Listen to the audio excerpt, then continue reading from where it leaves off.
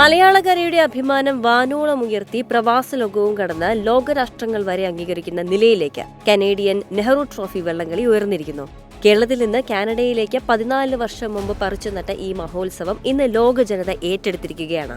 Canadian Nehru boat race വിജയികൾക്ക് കൈമാറാനുള്ള Canadian Nehru trophy Fiji deputy പ്രധാനമന്ത്രി ബ്രാപ്റ്റൺ മലയാളി സമാജം പ്രസിഡന്റ് ശ്രീ കുര്യൻ പ്രക്കാനത്തിന് കൈമാറി.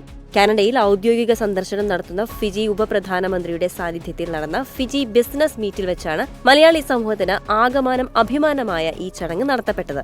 ടീം ഫിജി ഈ വർഷത്തെ വള്ളംകളി മത്സരത്തിനുള്ള ആദ്യ രജിസ്ട്രേഷൻ നിർവഹിച്ചു.